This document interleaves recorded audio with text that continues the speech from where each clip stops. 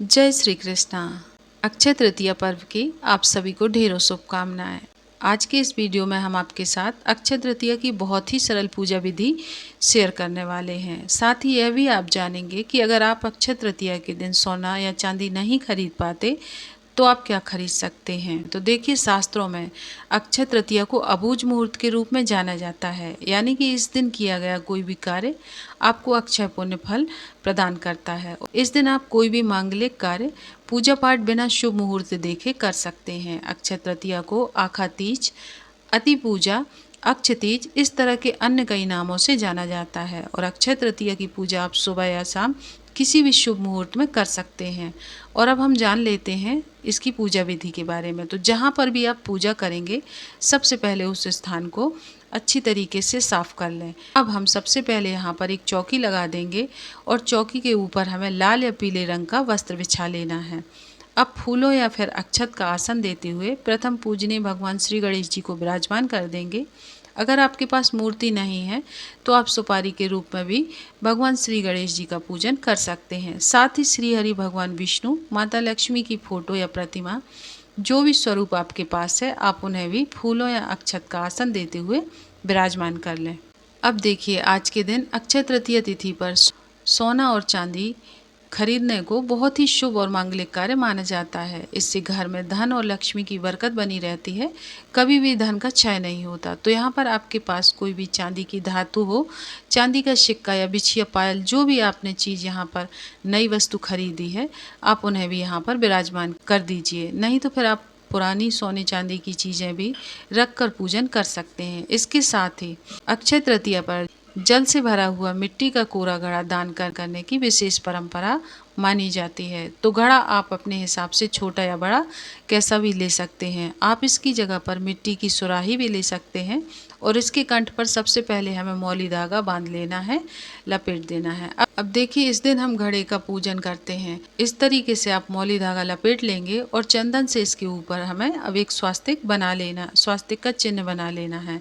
तो आप चंदन से इस तरीके से स्वास्तिक बना लें और अब आपको चावल, जौ या गेहूं से भरा हुआ एक पात्र लेना होगा। जो हमने यहाँ पर घड़ा लिया है उसे हम कंठ तक शुद्ध जल से भर लेंगे।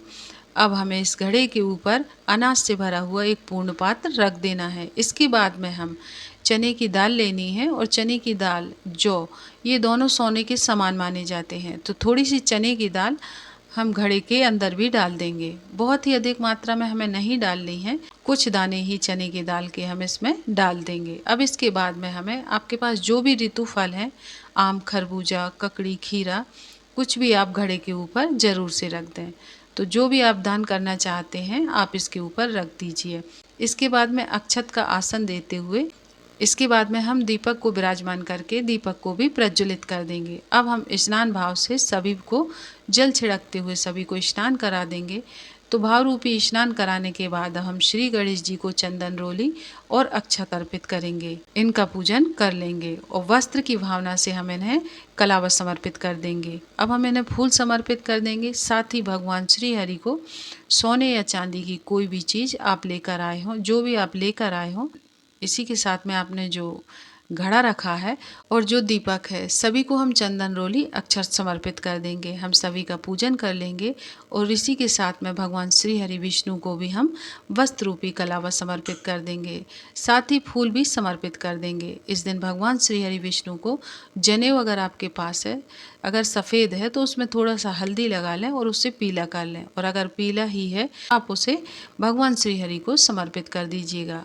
अब हम भगवान श्री गणेश जी को भोग समर्पित कर देंगे और फिर भगवान श्री हरि विष्णु और माता लक्ष्मी को भी सफ़ेद रंग की वस्तु का भोग समर्पित कर देंगे। अब तो यहाँ पर देखिए, मैंने कमलगट्टा, कौड़ी और शंख यह भी रख लिया है, क्योंकि माता लक्ष्मी को कमलगट्टा, कौड़ी, गोमती चक्र, शंख और लक्ष्मी यंत्र, इस तरह की सभी वस्तुएं बहुत ही अधिक प्रिय होती हैं। तो ये सभी वस्तुएं हमने यहाँ पर रख ली हैं। और साथ में ही देखिए, इस दिन खीरा, ककड़ी, खरबूजा, तरबूज, आम, जो भी मौसमी ऋतु फल आते हैं उन सब का भी भोग आप ज़रूर से अर्पित कीजिएगा। तो जो भी आपके पास उपलब्ध हो आप अर्पित कर सकते हैं। और देखिए, इस दिन कोई भी सफ़ेद रंग की वस्तु का भोग जरूर से समर्पित कीजिएगा। आप चाहें तो खीर का भोग भी समर्पित कर सकते हैं। मखाना या चावल की खीर, मखाना या चावल की खीर बना लें, या फिर आप चाहें तो पतासे का भोग भी लगा सकते हैं। और इसके साथ ही देखिए हमने यहाँ पर जो घड़ा रखा है और साथ में जो चने की दाल रखी है वह हमें दान करनी होती है। अधिकतर लोग इसे दान ही करते हैं, लेकिन कुछ लोग ऐसे भी होते हैं जिनके घर की यह परंपरा होती है कि इस घड़े को अक्षय पात्र के रूप में वे अपने घर में ही रख लेते हैं। साथ में ही हम भगवान को जल का भोग भी समर्पित कर देंगे। तो देखिए अक्षय तृतीया के दिन हमें अधिक से अधिक दान करना चाहिए, क्योंकि जो भी हम दान करते हैं उसका अक्षय गुना यानी कि अनंत गुना फल हमें प्राप्त होता है, और यह फल कभी भी समाप्त नहीं होता, अक्षय होता चला जाता है। तो आप अपनी सामर्थ्य के अनुसार इस दिन दान दक्षिणा जरूर कीजिएगा, और ध्यान रखिएगा कि भगवान श्री हरि विष्णु को आप जो भी भोग समर्पित कर रहे हैं उसमें तुलसी दल जरूर से डाल दीजिएगा।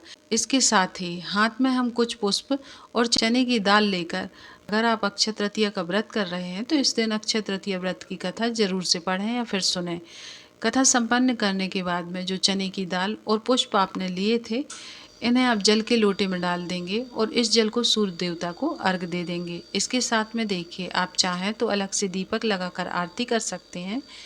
तो मैंने यहाँ पर अलग से आरती बनाई थी, तो हम उसे ही जलाकर सबसे सर्वप्रथम भगवान श्री गणेश जी की आरती करेंगे, फिर माता लक्ष्मी की आरती करेंगे, फिर भगवान श्री हरि विष्णु की सभी की आरती उतार लेंगे। तो देखिए माँ लक्ष्मी जिन कार्यों से प्रसन्न होती हैं वे सभी कार्य आज के दिन हमें जरूर से करने चाहिए। और देखिए भगवान श्री हरि की पूजा माता लक्ष्मी को अत्यंत प्रिय होती है और वे इससे अत्यंत प्रसन्न भी होती हैं। और इसके साथ ही देखिए आज के दिन जहाँ पर भी आप अपना धन रखती हैं, ज्वेलरी वगैरह रखते हैं, जहाँ पर भी आपका लॉकर है उसे भी आप खोलें, साफ सुथरा करके व्यवस्थित कर लें, और फिर वहाँ पर भी आप इस दिन स्वास्तिक का चिन्ह जरूर से बनाएं। अब देखिए आरती संपन्न होने के बाद में अपने दाहिने हाथ में थोड़ा सा जल लेकर पूजा का 3 बार आचमन कर लेंगे। अपने दोनों हाथों को जोड़कर भगवान श्री हरि विष्णु और माता लक्ष्मी से प्रार्थना करेंगे और पूजा में हो रही कमियों के लिए क्षमा याचना करेंगे। और तो देखिए अगर आप दान के विचार से लाए हैं तो आप चाहें तो साथ में 1 मीटर लाल या पीले रंग का वस्त्र मिला करके, और देखिए यहाँ पर जो चने की दाल रखी थी, जौ रखे थे, उनको भी यहाँ पर हम मिला लेंगे। और जो घड़ा है इसके साथ में जो हमने फल रखे हैं, अगर आपने फल दान करने के विचार से यहाँ पर रखे हैं तो फिर आप इन्हें दान कर दीजिए, और अगर आपने भोग के विचार से रखे हैं तो यहाँ पर परिवार के सदस्यों में बांट करके आप खुद भी ग्रहण कर सकते हैं। और यहाँ पर जो दक्षिणा रखी थी इन सभी को भी हम दान कर देंगे, क्योंकि अक्षय तृतीया की तिथि पर दान का सबसे ज़्यादा महत्व होता है। और अब आप चाहें तो कितनी भी सामग्री दान कर सकते हैं, आप जो भी चाहे वो इस दिन दान कर सकते हैं, क्योंकि वह जो दान आप करेंगे वह आपके जीवन पर्यंत इस जन्म में भी काम आएगा और आने वाले जन्म के लिए भी अक्षय पुण्य फल प्रदान करेगा। तो निवेदन है कि इस दिन दान धर्म बढ़ चढ़ कर कीजिएगा। अगर आपको ऐसा कोई व्यक्ति ना मिले जो घड़े का दान ना ले तो आप इसे अपने घर में भी रख सकते हैं। बाकी भोग सामग्री जो है आप अपने परिवार के सदस्यों में वितरित कर सकते हैं। आप चाहे प्रसाद के रूप में खुद भी ग्रहण कर सकते हैं। अगर दान हो पाए तो यह सर्वश्रेष्ठ होता है। आप किसी भी मंदिर में या फिर गरीब व्यक्ति को या फिर किसी पंडित जी को भी यह घड़ा दान कर सकते हैं। और जो अनाज है, जौ का दान है, चने की दाल का दान है, तो वह आप कर सकते हैं, क्योंकि इस दिन जौ और चने की दाल का दान स्वर्ण के समान पुण्य फल प्रदान करने वाला माना जाता है। अब देखिए चौकी के ऊपर जो भी आपने अक्षत फूल सभी चीज़ें विराजमान की थी, पूजा के अगले दिन आप इनका विसर्जन कर सकते हैं। तो अक्षय तृतीया के दिन आप सभी ज़्यादा से ज़्यादा शुभ कार्य जरूर कीजिएगा। इस दिन आप कोई भी मांगलिक कार्य कर सकते हैं, कोई भी धन प्राप्ति का उपाय भी कर सकते हैं। अगर आप अक्षय तृतीया पर धन प्राप्ति के उपाय से जुड़े वीडियो देखना चाहते हैं तो अक्षय तृतीया के सभी शुभ मुहूर्त, इस दिन किए जाने वाले धन प्राप्ति के उपाय जरूर देख लीजिएगा। अगर आप इस दिन स्वर्ण दान ना कर पाए तो इसकी जगह पर आपको चने की दाल या फिर जौ का दान जरूर ही करना है। इससे आपको स्वर्ण दान के समान पुण्य फल की प्राप्ति होगी।